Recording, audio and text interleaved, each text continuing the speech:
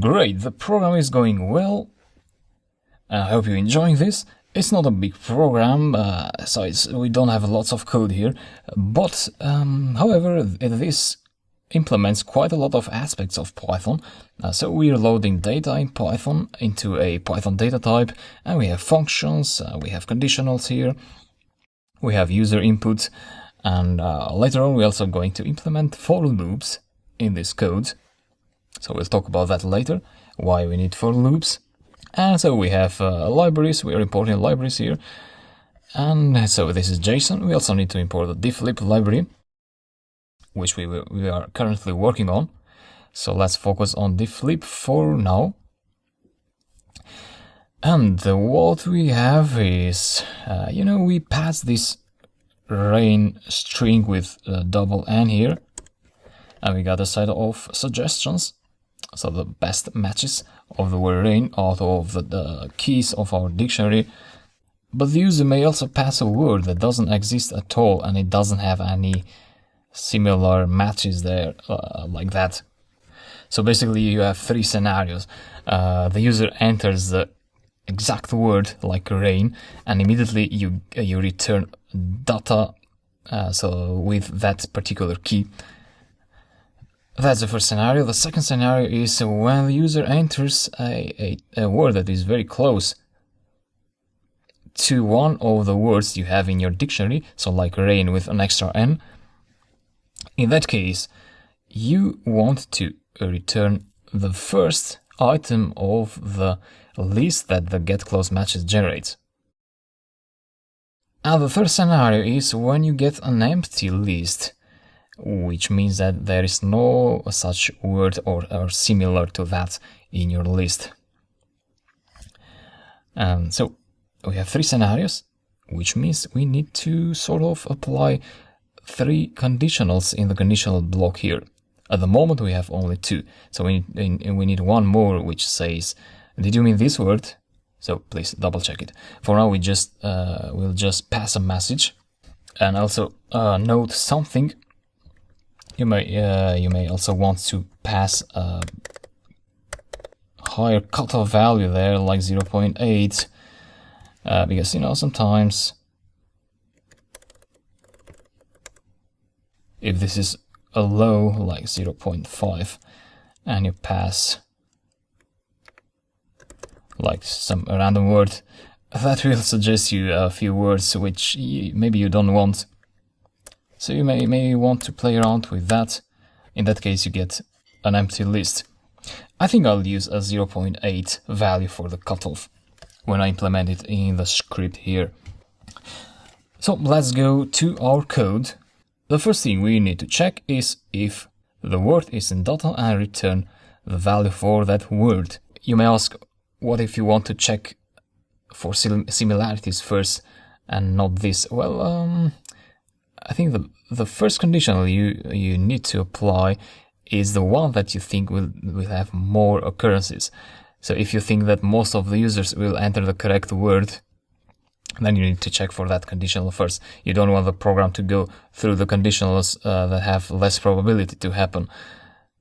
So you first want to go through this, and then the others are ignored if this returns to true. If this doesn't return to true, if it's false, then you want to check for another conditional.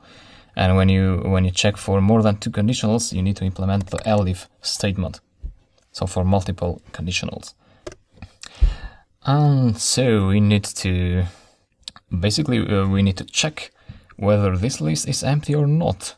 So if it's not empty, that means we got a match in the dictionary. In that case, we want to suggest that match. We want to mention that match in the message. So which means that if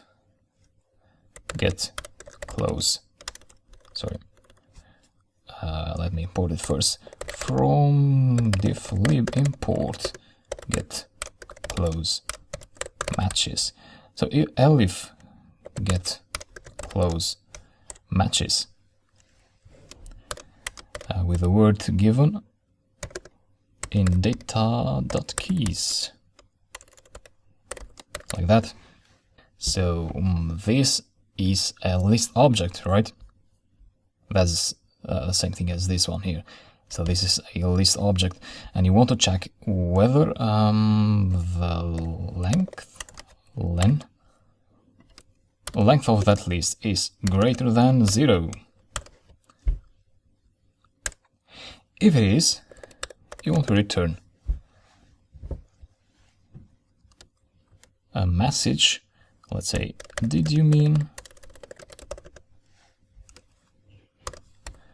We use a string formatter here, %s. I'll explain what that is. Instead, did you mean that instead? And after the string, after you have closed quotes, you use the percentage operator, and here you pass a variable that will replace this formatter inside this string. So this will be replaced with whatever variable you pass all the right to this here. In our case, we want to pass get close matches for w and dot keys, and you want to get the first element of that list and put it here. So this is to understand it. Let's say we have a variable which has a value of 1, and you say, hey, s, like that, %a, and the %s will be replaced with 1. That's the same what we're doing in here. And yeah, that's all we have to do else. So if this evaluates to false, and this evaluates to false as well, then what that means is we're dealing with an empty list. So the user entered a word that didn't have any match in our dictionary, and didn't have any similar word in our dictionary. So you want to return the word doesn't exist. Let me save the script. Go to the terminal, the upper arrow key to call a previously executed command. So Python 3 app1.py execute, enter a word. Let me start with a correct word, rain, and you get the definitions for rain. Let me execute again, rain with an extra n, and yeah, we get this message, did you mean rain instead? So the %s was replaced with the first item of the list returned by get close matches. And again, if you pass a very random string there, it says the word doesn't exist, please double check it. And yeah, that's it.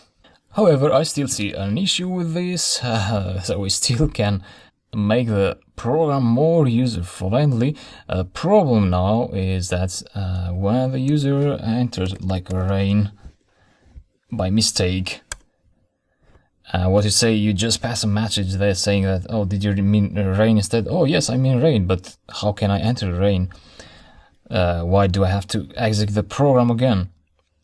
So I'm thinking of a solution where instead of just passing a message here and ending the program, instead of that, you execute another input statement.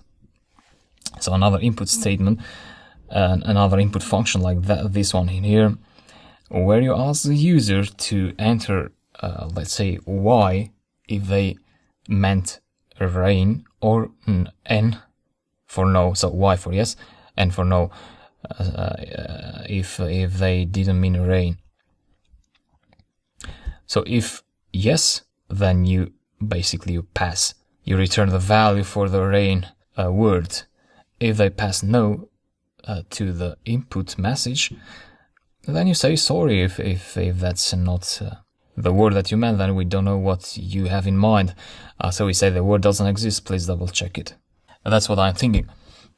And yeah, think about this, and I'm going to implement it in the next lecture. Talk to you there.